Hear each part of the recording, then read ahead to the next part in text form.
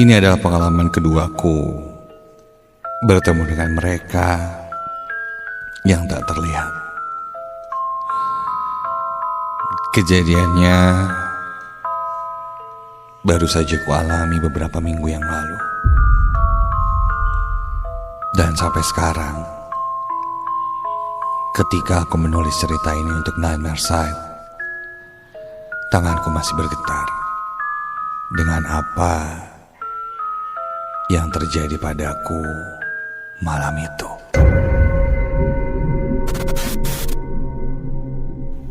Namaku Ali. Saat itu aku mendapat kabar dari temanku Hilman, yang adalah teman SMP ku dulu. Dia bilang dia ingin reuni dengan teman-teman SMP, tapi hanya teman-teman dekat saja. Sudah lama tidak bertemu, temu kangen, ya sekedar berbagi cerita. Aku pun mengiyakan. Singkat cerita, setelah menghubungi teman-teman yang lain, kami pun berkumpul di tempat yang sudah ditentukan. Jika dihitung, sudah hampir 6 tahun kami tidak bertemu semenjak SMP. Walaupun masih sering bertukar kabar lewat WhatsApp ataupun Instagram. Tempat reunian ini adalah rumahnya Hilman. Dia mengundang kami untuk datang ke rumahnya. Sampai di sana, aku cukup takjub dengan rumah Hilman.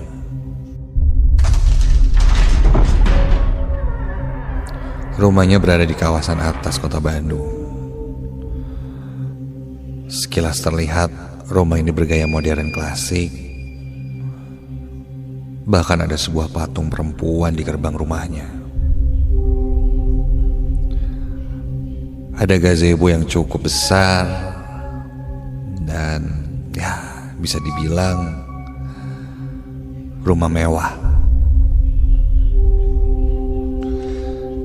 Satu persatu temanku datang.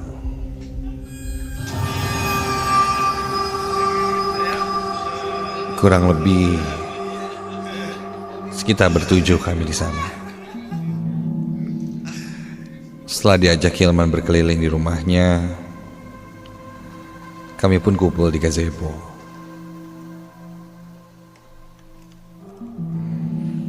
Hilman bilang rumah ini baru saja selesai direnovasi.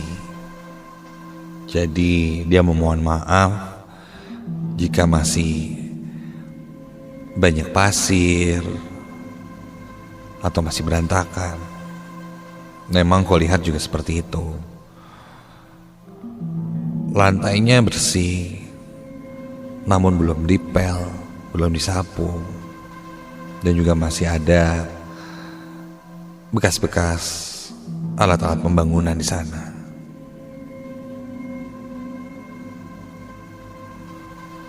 Aku pun beride,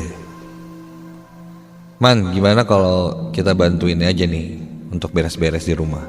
Ya nyapu-nyapu gitu biar nanti nongkrongnya makin enak. Kita jadi pada nginep kan di sini.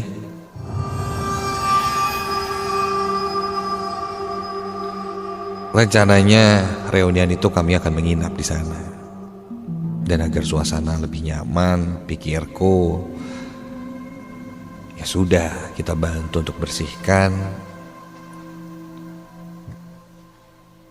agar ketika menginap pun terasa nyaman.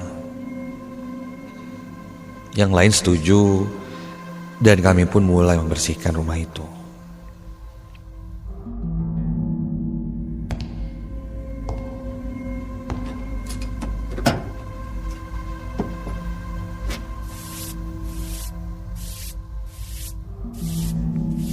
Ketika itu aku membersihkan sebuah lemari. Lemari dengan ukiran yang klasik. Dan sepertinya lemari ini sudah berumur puluhan tahun atau bahkan ratusan tahun. Aku tidak sempat bertanya ini lemari dari mana dan punya siapa. Aku lanjut bersihkan lemari tua itu, dan ketika aku buka pintu lemarinya,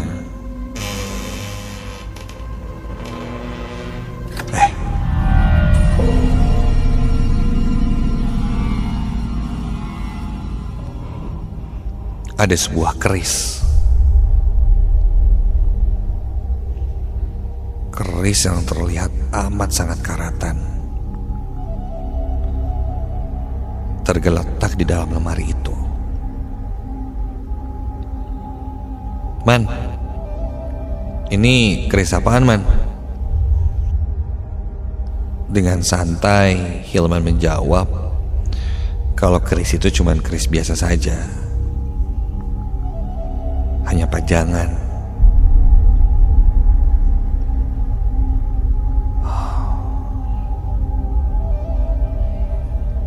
Namun entah kenapa aku rasa keris itu bukan keris biasa.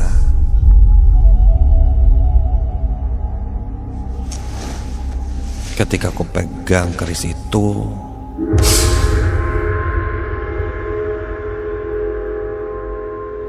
bulu kuduku berdiri semua, merinding. Namun ketika itu bukan rasa takut yang muncul, namun rasa nyaman dan tenang. Setelah aku pegang, aku lihat-lihat, ya, semoga ini hanya keris biasa saja. Aku pun menyimpannya kembali ke dalam lemari itu, lalu menutupnya rapat-rapat.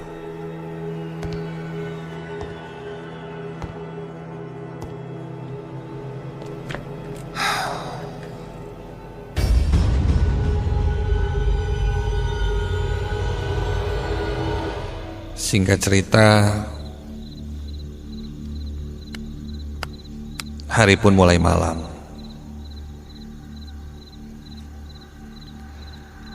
Dan ketika itu, kami pun sudah hampir selesai membersihkan sebagian rumah dari Hilman.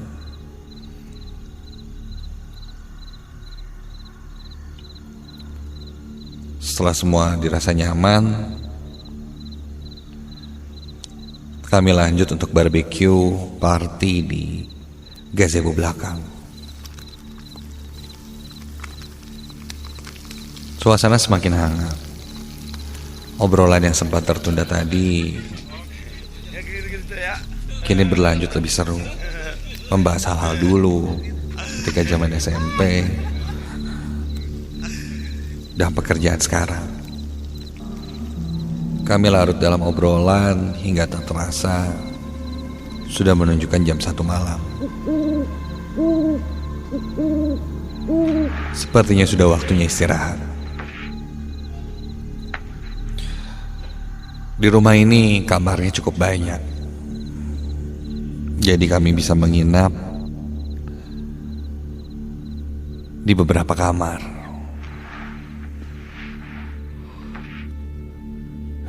Beberapa temanku yang sudah mengantuk pergi ke kamar untuk istirahat, sedang aku ketika itu belum mengantuk dan memilih duduk di depan TV sambil menunggu rasa kantukku datang.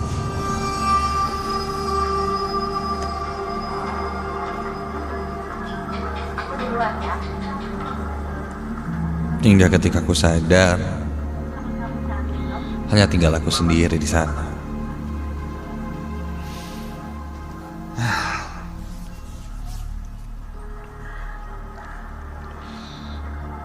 Aku duduk di atas sofa panjang, selonjoran kaki,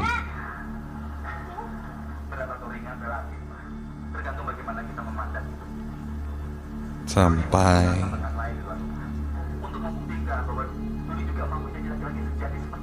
aku mendengar samar ada suara gamelan.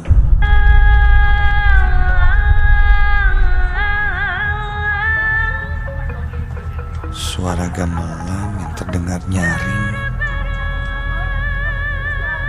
dengan nyanyian sindennya.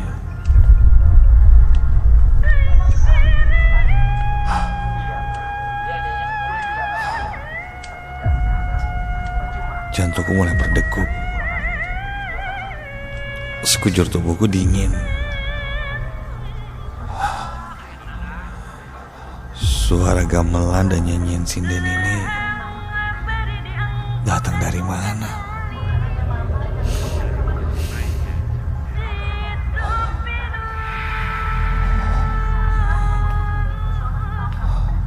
Aku melihat ke kiri, ke kanan,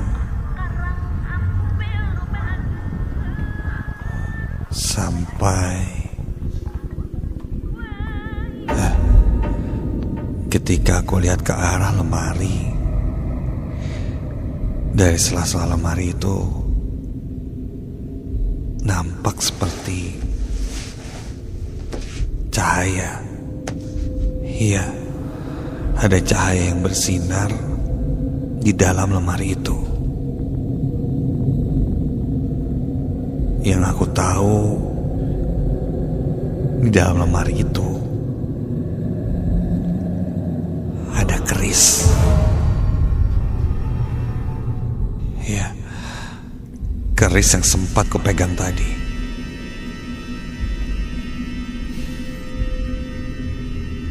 Aku lalu berjalan perlahan mendekati keris itu yang ada di dalam lemari. Ku beranikan diri melangkahkan kaki, langkah demi langkah, menuju lemari itu. Dan ketika ku buka lemarinya, astaga, cahaya putih itu langsung terlihat sangat menyilaukan mata dan membuatku sampai menutup mataku.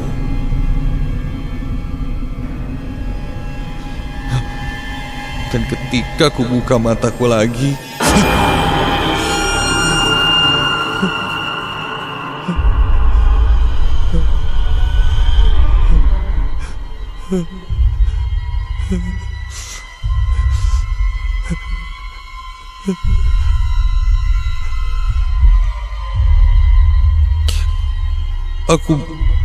Aku langkahkan kakiku perlahan mundur, menjauh dari lemari itu. Karena tepat di depan lemari itu kini berdiri sosok kakek tua memakai jubah hitam dengan wajah yang tersenyum. Janggutnya putih, rambutnya putih panjang. Dia hanya menatapku. Mulutnya berkomat kamit, mengeluarkan suara yang bahasanya tidak aku mengerti.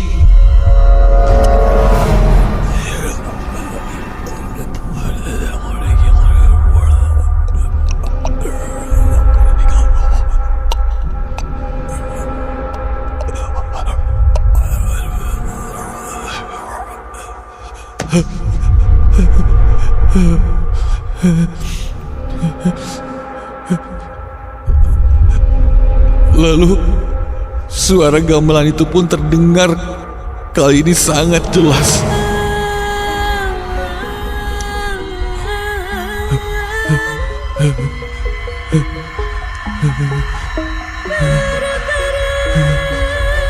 Ketika aku lihat ke belakang, astaga,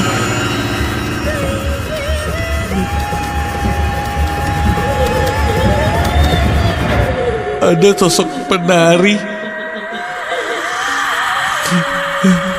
yang sedang menari dengan pakaian lengkap, memainkan selendangnya berputar-putar, matanya melirik-lirik ke arahku. Kukunya panjang,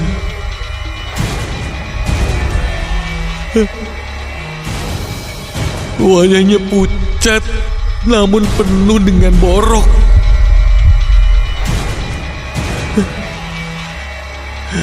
Dia tersenyum menyeringai, sangat menakutkan.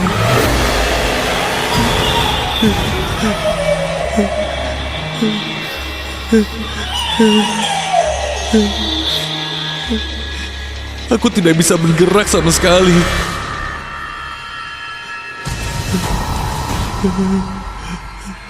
Penari itu semakin mendekatiku, semakin dekat, dan tiba-tiba dia menyibakkan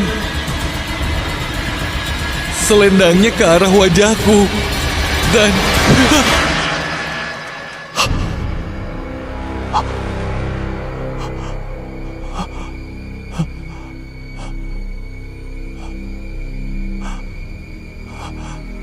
ketika aku buka mataku,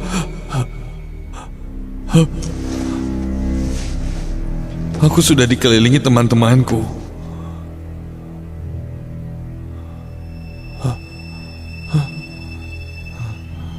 Mereka coba membangunkanku. Mereka bilang semalam aku duduk bersila di depan TV sambil meracau berkata-kata aneh, sangat menyeramkan.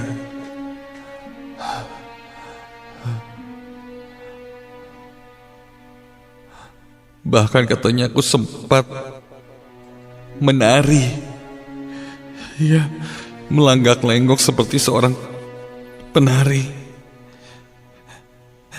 Hingga akhirnya aku pun terjatuh dan tak sadarkan diri, lalu dibangunkan oleh teman-temanku.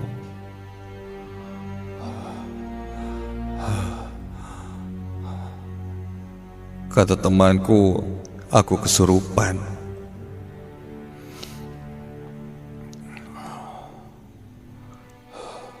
Takut kenapa-napa, Hilman lalu memanggil pamannya yang rumahnya tak jauh dari sana. Aku pun coba dibersihkan oleh pamannya Hilman, yang mengerti dan bisa dengan hal-hal seperti itu.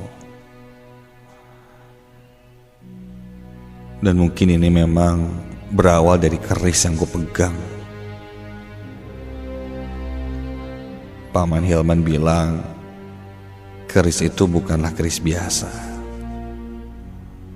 Entahlah maksudnya apa. Yang kutangkap bahwa di keris itu ada penunggunya. Entah sosok kakek-kakek itu, atau penari, atau mungkin keris itu jadi satu pembuka menuju sisi yang lain dari dunia kita, yang ternyata di sisi lain rumahnya Hilman itu ada sebuah padepokan gaib.